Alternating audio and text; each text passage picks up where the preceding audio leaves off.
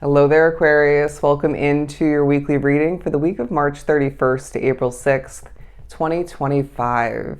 As you can see, I did pre-pull an overall energy for you on the board, being utilizing the good tarot deck, excuse me. But we're beginning with the King of Earth, the King of Pentacles. So don't be surprised when this week entails you being in this energy for the most part, for the majority of this week period. But it does feel like you're ultra grounded and feeling maybe a bit out of it at certain points. I'm getting. There's also a feeling of you I got before I began the reading of one specific situation where you're sort of over it. You're at least giving off and feeling this energy at certain points. And people are detecting this. People are feeling this. There's a sense of you experiencing certain adjustments, changes around you, maybe even within you as well, and this affecting things in this sense, but it just feels like you're not loving how a situation is shifting at this time. Anyways, but I feel as if you are also taking a highlight in the mind's awareness of other people, maybe even at a distance, especially if you're online, for being a very mature, very advanced soul.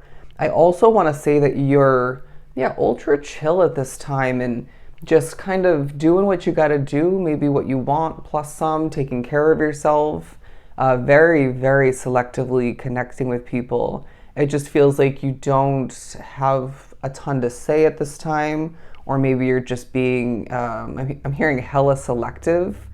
But let's pull some Gills of Tarot and see what else we get for you. The Seven of Pentacles. So there are going to be times when you're thinking about, okay, your roots and maybe growth and what you've pulled from your financial savings or what you've grown and built up otherwise for some. There's a sense of you, okay, holding your empty or partially filled basket. I don't know why I'm getting this. To Spirit in the universe and saying, where is my tenfold? Where is my plenty? Where is the evidence that my hard work is paying off? And they're saying it's a week to gain some of which. You're not going to find that your basket is overflowing or your basket is completely full by the end of this week. So please don't have unrealistic expectations. I'm not saying don't try to manifest it and aim for it, but it just feels like Spirit's saying whatever ends up being put or flowing into or growing within that basket, if you will, to go with that imagery. Let's have that ultimate state of gratification, gratitude, and appreciation for it. But it just feels like you maybe even are implementing true amounts of powerful discernment and discipline throughout the week when making certain small choices, deciding when to do this and that, going against, the grain, but maybe as well when you're not in the mood per se, but knowing that you'll thank yourself and feel rewarded when you do just kind of push for it and just easily flow through whatever you need to accomplish, all right? Because it feels like a need more than a want in that moment or those moments. But it is a week where money is taking a huge highlight, but they're reminding you it's not everything. I'm now seeing the word elite, all right? You may even see this word, even the word energy as well as what I'm getting. So these words could pop up throughout the week for you. They're saying your energy on one level, on one note, is very elite. Okay, you need to remember this. People are noticing this for the first time and otherwise. But there's also something about you having an elite presence, your energy playing into that, but your spirituality as well as part of this. Your intentions play into this, your confidence. And I also feel like energy otherwise, not, outside of yours, is really being focused upon at certain points because I don't love this person's energy, or maybe you hate it for that matter. I don't love the energy in the situation, even if you sometimes do, or usually do. I really am feeling someone's energy at a distance, and that's because they are very, very often and or thoroughly thinking about you. That's one of those moments where you think about somebody or you feel someone's energy very randomly, and Spirit's saying that wasn't a coincidence. You don't walk a path full of coincidences, especially at this point. They are really just wanting your attention, wanting your connection, and maybe something else. Anyways, the Queen of Wands. So, Aquarius, is going to be a week where you are lighting the fire for yourself and other people, being viewed at as a passionate, grounded pillar of partial success. It feels like people are thinking about why or how you have yet to reach a certain landmark or two, or threshold is what I'm hearing, or how you haven't become more of who you're meant to be in a sense, while Spirit's saying you have become exactly who you're meant to be at this point, and you will continue to become more of who you're meant to be moving forward, and things are growing and prospering exactly as they're meant to. Please remember that, as this may be some sort of a lesson and or reminder, if not multiple, for other people who are thinking about you in this way or these ways. But I do sense that you're needing to, again, light the way for yourself, a very hermit card sort of energy, while at the bottom of the Good Tarot deck, we have the Temptation card, and I also got the Seven of Cups and the Patience card.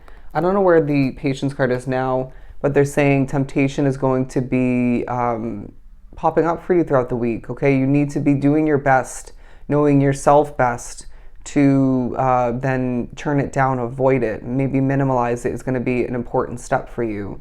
But it just feels like this is in the midst of you having a lot going on within and outside of you. There's a very light and airy sort of energy about you, while this is a week where you're stepping into April. And I did your monthly reading already, the general one, and it was all about this peaceful happiness that you deserve, all right? And so don't be surprised when the month begins, even the end parts of March happen, given the fact that the majority of this week, we're still in Mercury retrograde, okay? Or actually the entire week. Anyways, and so that could be playing into your sort of nonchalant, I can't force it kind of way about the way you are, your energy. Anyways, the point being is the month of April is beginning in a very chill way, okay? I'm also hearing you can still be happy, but not needing to be ultra happy at every point with everything at hand. It's okay to have a mixture of emotions. The Ace of Pentacles, because look at this, money is on the mind, my friend. You cannot help but have that become the case. And I just feel like you're as well thinking about animals, nature, okay, angel numbers is what I just heard, or synchronicities in general, excuse me. But I'm being drawn back to the color red, so there may be a significance to that otherwise, but we can see the red coloring in both the King of Fire and the Queen of Wands, where it is a week where there's passion, there's maybe the potential of romance or sexual energy. You're feeling a little bit spiritually messed with at certain points, and then I just saw from my perspective somebody going like this. It's like you're shooing the negativity away. You're easily choosing to, at certain points, maybe needing to more so at other points, avoid or discard gossip, negative talk, a low vibrational energy. It almost feels like you need to be put back in the role of setting the tone in certain ways while you are setting the tone in other ways already. Does that make sense? I guess maybe see how that plans out for you, or pans out. The Wheel of Fortune. Now, my friend, the wheel is going to be turning in your favor a lot throughout this week. You're going to be feeling as if this is just a time for things to be progressing for you. Again, everything's happening as it's meant to, at the pace it's meant to. Very much divine timing being reminded to you. But it almost feels like a week where you can't help but think about the wheel turning, and then it pushes you back to that state of focusing on the wheel turning more in the future for you, things progressing quicker, sooner. You becoming big is what I'm hearing for some, ultra successful. You definitely are finding that the wheel turning in your favor makes you think at certain points about ultimate financial success, a different lifestyle for some. And it just so happens that you are at certain points throughout the week really future oriented, future focused. So be it. And then it almost feels like certain aspects of your reality and or spirit, rewinds back in your mind, your awareness, maybe your dreams, even items may spark these remembrance moments. Now, these could definitely, trust your intuition, play a very key role in preparing you for the new that you're so prominently thinking about moving forward. But at the same time, overdoing it with a significant, purposeful reminder could work against that, right? Could squash the positives. And not every remembrance moment is going to be for your benefit. And it may even make you a little bit shaky, a little bit nervous, given I don't feel it as if your past was super positive at times or simplistic. Anyways, moving right along, the Nine of Swords.